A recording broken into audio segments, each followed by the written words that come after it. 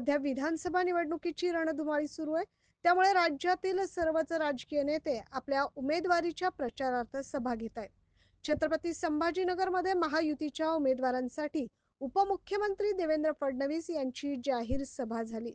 या सभेमध्ये बोलताना देवेंद्र फडणवीस यांनी एमआयएमचे प्रमुख असुद्दीन ओवीसी यांच्यावर सडकून टीका केली. सुन लो ओवीसी, या छत्रपती संभाजीनगर हे औरंगाबाद नाही असा इशाराच उपमुख्यमंत्री देवेंद्र फडणवीस यांनी एमआयएमला दिलाय. औरंगजेबाचे नाव या शहराला कधीच राहू नये म्हणून आपल्या महायुतीच्या सरकारनं या शहराला छत्रपती संभाजीनगर हे नाव दिलंय. पण ज्यांचे मनसुबे रझाकारांचे राज्य आणण्यास आहेत त्यांना मी सांगतो की आम्ही जागे झालेलो आहोत.